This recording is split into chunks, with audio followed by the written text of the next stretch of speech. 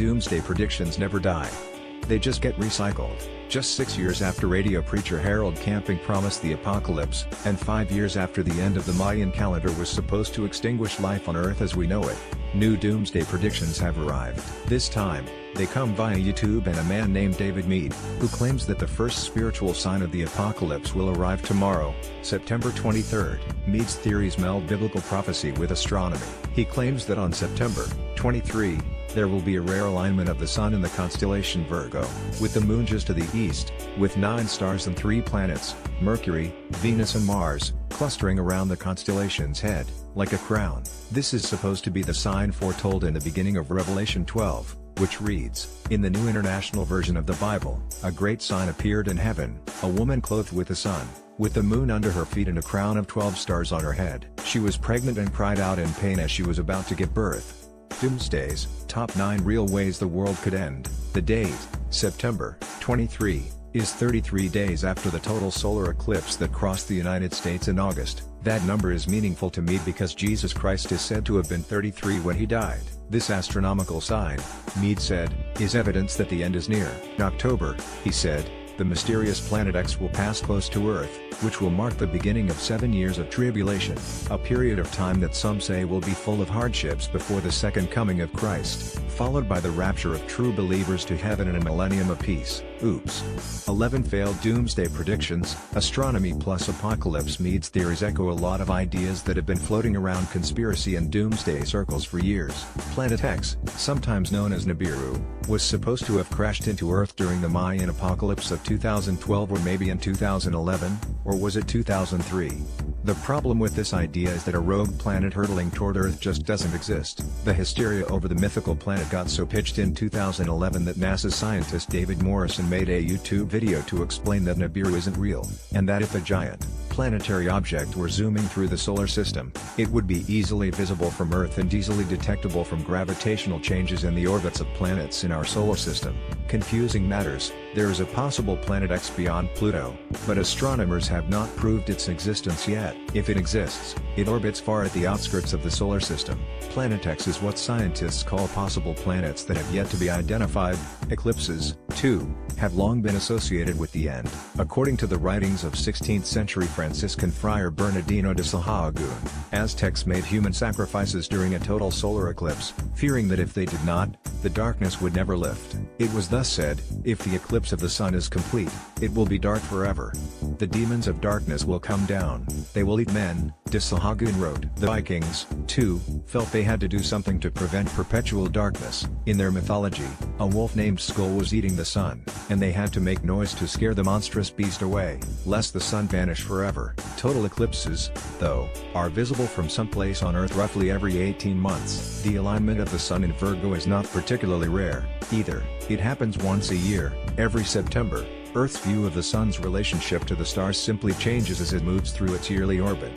That's why astrologers developed the concept of the 12-month zodiac. Nor are the other stellar alignments around Virgo on the 23rd that unusual. According to Earth Sky, the moon passes through every constellation of the zodiac throughout the month, so it's regularly just east of Virgo. The crown of 12 stars upon Virgo's head on the 23rd is an arbitrary designation, according to Earth Sky, because there are more than 9 stars in the constellation Leo, which is supposed to make up the stellar portion of the crown.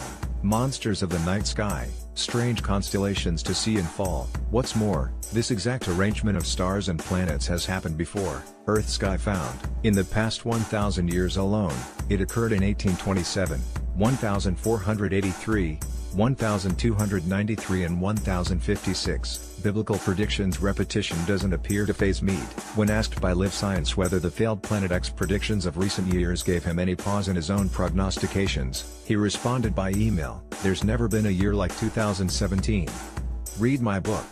In fact, there's plenty of evidence that failed doomsday predictions don't do much to forestall future prophets.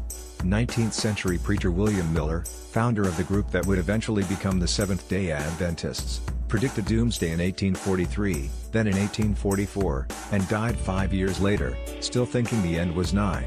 Camping, who took out billboards to advertise the supposed coming apocalypse in 2011, had previously promised the end of the world in 1994. Camping died in 2013, in one famous 1954 case. A woman named Dorothy Martin convinced her followers that although the end of the world was coming, a UFO would drop by to save them. When nothing happened on the appointed date, Martin and her followers decided not that they'd been wrong, but that their faith had saved the world from doom.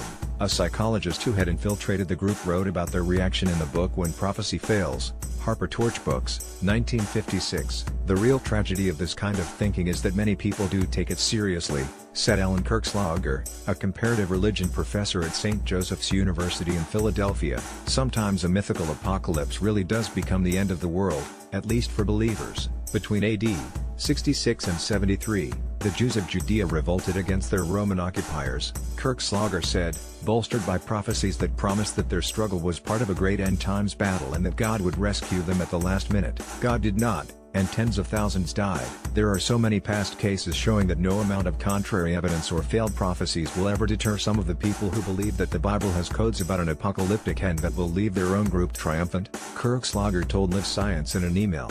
For such people, there is no need to negotiate or compromise in delicate international political crises and arms races, no need to work out peaceful resolutions with countries deemed somehow part of an axis of evil, and no need for concern with environmental problems such as the impact of human-caused climate change on a planet that is going to be destroyed and recreated anyway. So all of this does have very real and very dangerous negative social implications. Apocalypse everywhere for most people. It's easy to dismiss meat, and certainly the idea that the world will enter its last throes tomorrow has no more to back it up than the umpteen failed predictions that came before it. But apocalyptic thinking is everywhere, said Robert Joustra, a political scientist at Redeemer University College in Ontario and co-author of the book How to Survive the Apocalypse. Zombies, Cylons, Faith, and Politics at the End of the World, William B. Eerdmans Publishing, 2016. Post-apocalyptic shows like The Walking Dead or The Leftovers are a secular way of dealing with the same questions that the Book of Revelation would have been written to answer. Joustra said, "What is the point of all this suffering? What is the meaning of life? How should we live now, in the midst of all our struggles?"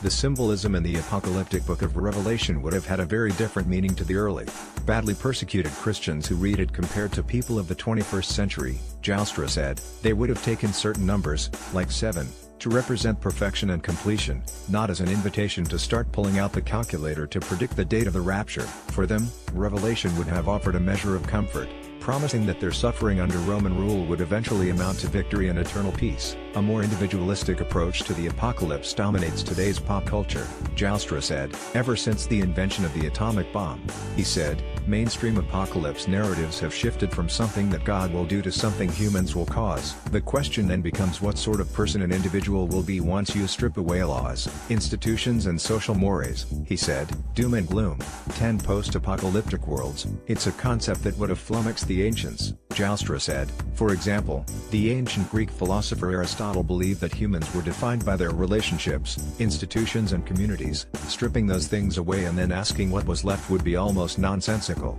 Joustra said. It's a much more individualistic way of thinking about human nature and the apocalypse that I think is different from anything else in human history, he said. Original article